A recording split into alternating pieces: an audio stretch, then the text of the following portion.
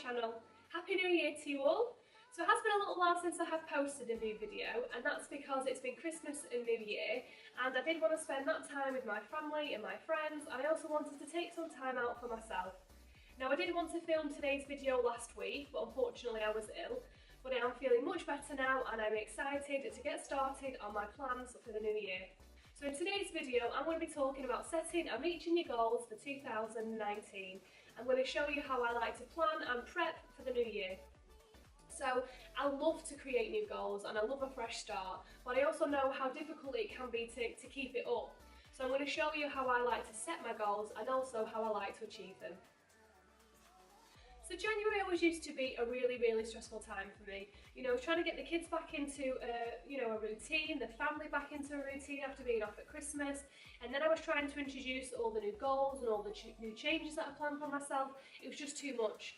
You know, and also I realised that because I tried to do everything all at the same time, I wasn't actually achieving any of the goals or as much of my goals that I planned to do. So, you know, as time's gone on, I've found myself a new system that works for me, and that's getting my family slowly back into the routine, and then when everything has calmed down, about mid-January, I like to slowly introduce all the new plans, all the new changes and all the new goals that I've got for myself. And that way I found that I achieved more because, you know, there wasn't so much going on at the same time. So here are my 5 simple steps to help you achieve your goals.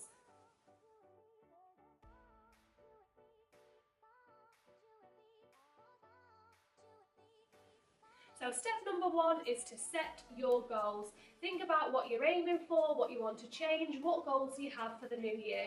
Then once you have done that, create yourself a vision board, you know, and then that way you've got something to look at, something to motivate you and excite you.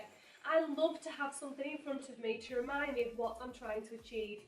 Now I use Pinterest or notebooks, I have a scrapbook, you know, I use magazines to help me. You know, Pinterest is good because you can type in certain ideas and then you can save them to specific boards.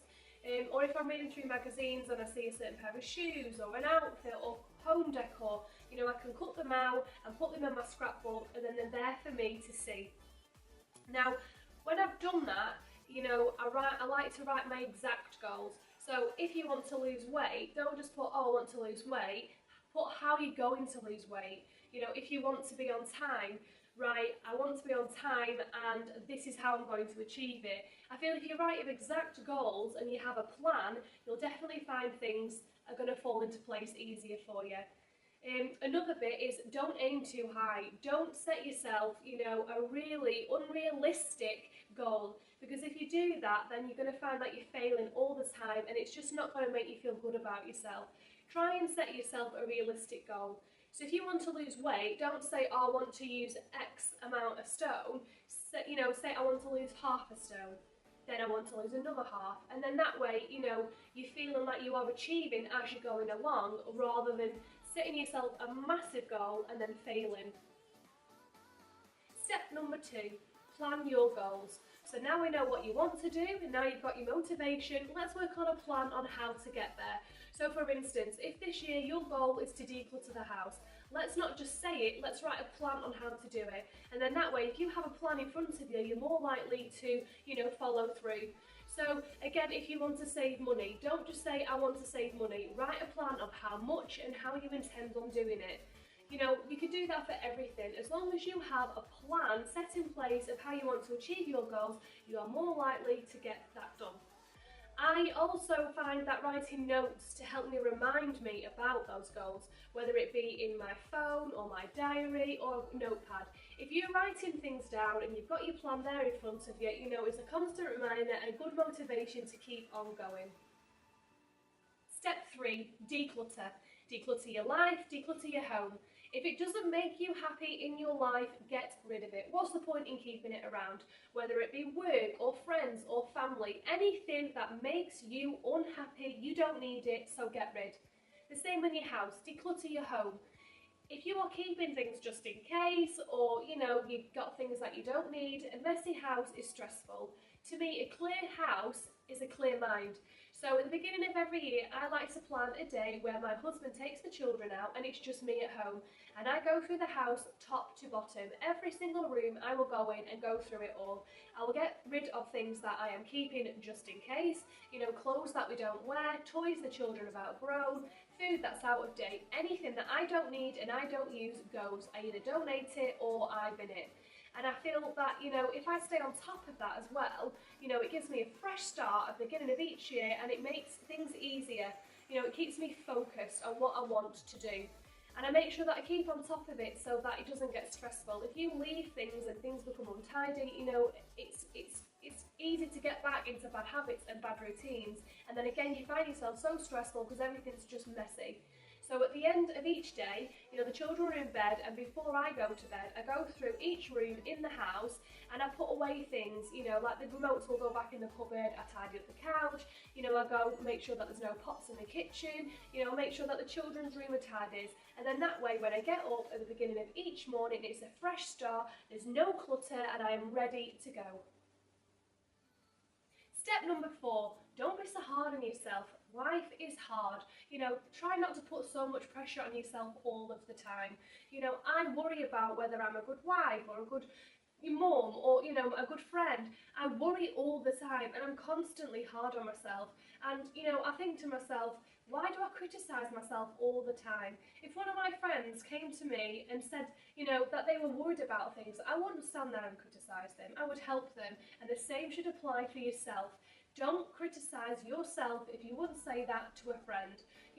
Trying and failing is better than not bothering at all.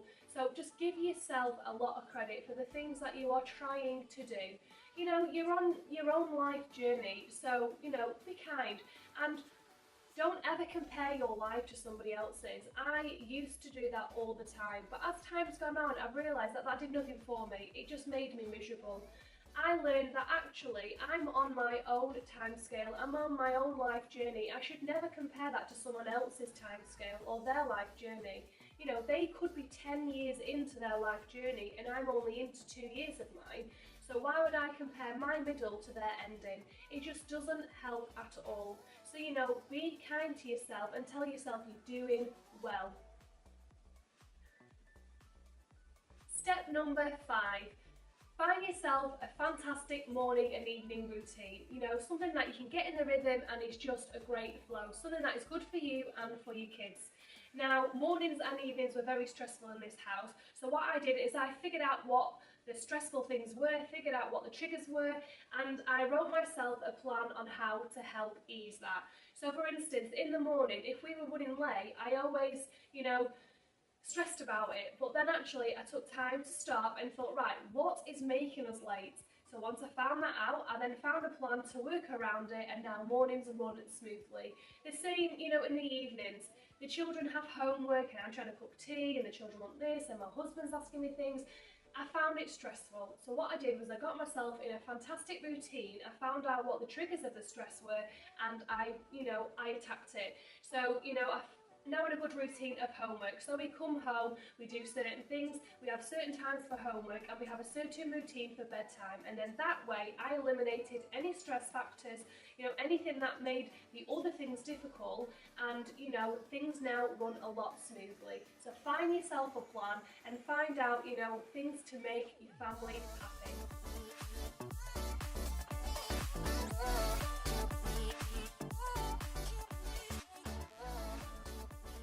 So I do hope that all my steps have helped you and inspired you to want to go out there and create your own. They're not for everybody, but they work for me.